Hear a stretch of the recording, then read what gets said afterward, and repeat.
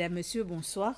Le président de la République, Patrick Herminy, a annoncé une série de nominations de haut niveau pour renforcer l'efficacité du gouvernement à partir du 1er décembre 2025. Ces changements touchent plusieurs secteurs clés, notamment la présidence, les ministères de la Santé, du Logement, de l'Éducation, de l'Environnement et du Tourisme. Les plus importantes nominations sont 8 secrétaires d'État. Le gouvernement a également réintroduit les postes de conseillers spéciaux et vous aurez l'occasion de découvrir l'ensemble des noms dans les prochains bulletins d'information en créole à 20 heures. Les nominations des nouveaux CEO seront annoncées au cours du mois de décembre.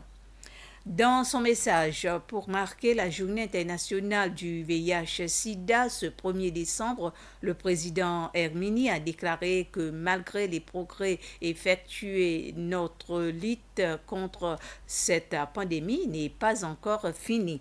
Les jeunes, a-t-il rappelé, restent encore vulnérables et la stigmatisation ainsi que la discrimination demeurent des barrières. Le président Herminy a rappelé que cette pandémie nous affecte tous sans exception. Il exhorte tous les citoyens et leurs conjointes œuvrer à bâtir un avenir plus résilient et sain à mesure que les Seychelles luttent pour l'éradication du sida avant 2030.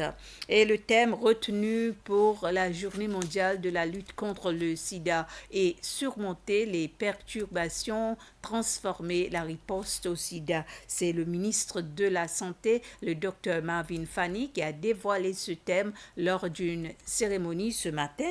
Il a rappelé que les Seychelles n'ont pas été épargnées par cette maladie qui continue d'affecter plusieurs millions de personnes à travers le monde. Durant cette cérémonie, le comité technique sur le sida au sein du ministère a également présenté la situation de la maladie dans le pays ainsi que les efforts entrepris pour réduire sa propagation. Selon les statistiques du ministère de la Santé, 1572 personnes vivent actuellement avec le VIH-Sida, dont 95 nouveaux cas enregistrés l'an dernier.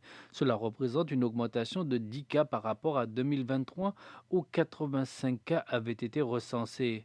Toujours dans le cadre de la Journée mondiale de la lutte contre le sida, l'organisation ASSO, qui soutient les personnes vivant avec le VIH-Sida, a organisé un atelier destiné à des employés de différents secteurs afin de les sensibiliser sur le VIH-Sida et à l'importance de réduire ou d'éliminer les nouvelles infections dans le pays. L'un des principaux sujets abordés concernait la stigmatisation et la discrimination envers les personnes vivant avec le VIH, en particulier sur les lieux de travail. La coordinatrice du programme ASSO, Tessie Madeleine, a souligné l'importance d'intensifier l'éducation sur le VIH-Sida afin d'éviter ces discriminations.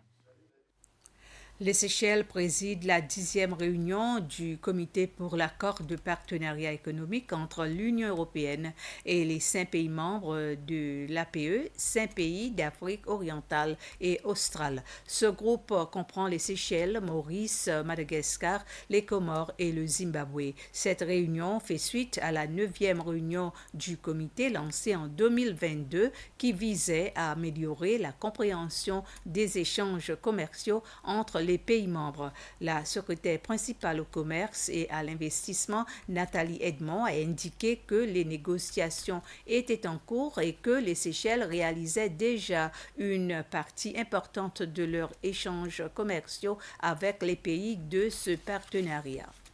Le président Patrick Herminy a adressé un message de condoléances à son homologue sri-lankais Anura Kumara Dissanayake après les dégâts causés par le cyclone D3 qui a fait plus de 300 morts et de nombreux disparus. Le président Herminy a exprimé une profonde tristesse face à l'ampleur des destructions et a transmis au nom du gouvernement et du peuple séchellois ses condoléances aux familles touchées ainsi que ses prières pour le peuple sri-lankais. Il a également remercié les autorités sri-lankaises pour l'attention portée aux Seychellois présents sur place, notamment aux étudiants déplacés par la tempête. Le consulat honoraire des Seychelles à Colombo continue d'apporter une assistance directe. Le président a réaffirmé que les Seychelles se tiennent aux côtés du Sri Lanka dans ses efforts de reconstruction. Ainsi s'achève ce résumé d'informations. Merci de votre attention.